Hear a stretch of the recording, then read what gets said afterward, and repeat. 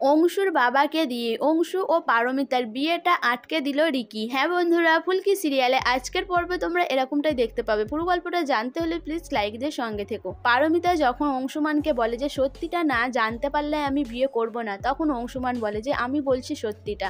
এরপর অংশুমান বলে যে তুমি যে জলটা খেয়েছিলে ওই জলটায় কিছু একটা মেশানো ছিল, আর ওই জলটা কিনেছিল আন্টি। ওখানে অনেক লোকই ওই জলটা খেয়ে অসুস্থ হয়ে পড়েছিল, আর তার মধ্যে তুমিও। আর তোমাকে নিয়ে আন্টি খুব টেনশানে ছিল, সেই জন্য আমিও এখানে চলে এসেছিলাম তোমাকে দেখতে, এটাই ব্যাপার। এরপরে পারমিতা বলে যে তাহলে আমাকে বলছিলে না কেন?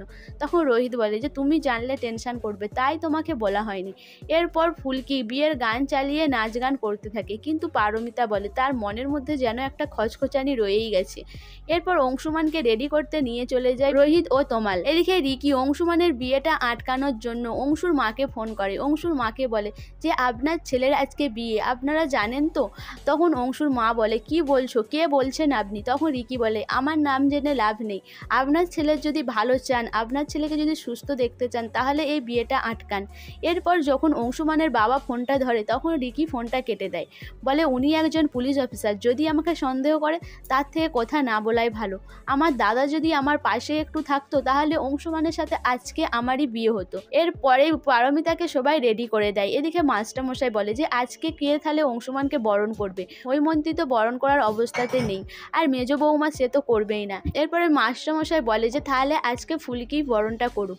এরপর ফুলকি যখন বরণডালা নিয়ে অংশুমানকে বরণ করার জন্য যায়, সেটা দেখে সবাই হাসাহাসি করতে শুরু করে, বলে এখন আমরা সবাই দেখতে পাচ্ছি একটা পুঁচকে বউ এসেছে বরণ করতে। অংশু বলে যে আমি তো এটা ভাবতেই পারিনি। তখন ফুলকি বলে যে দাদাভাই তুমি আজকে বর, আজকে তুমি বেশি কথা বলবে না। এরপর ফুলকি অংশুমানকে বরণ করে ঘরে নিয়ে আসে। এরপরে পারমিতাকে নিয়ে চলে আসে ছাদনাতলায়। পারমিতাকে অংশুমানের চারদিকে ঘুরিয়ে আনে। এরপরে অংশুমান আর পারমিতা শুভদৃষ্টি হয়ে যায়। এদিকে যখন মালাবদন হতে যাবে সেই সময়ই এসে হাজির হয় অংশুমানের বাবা।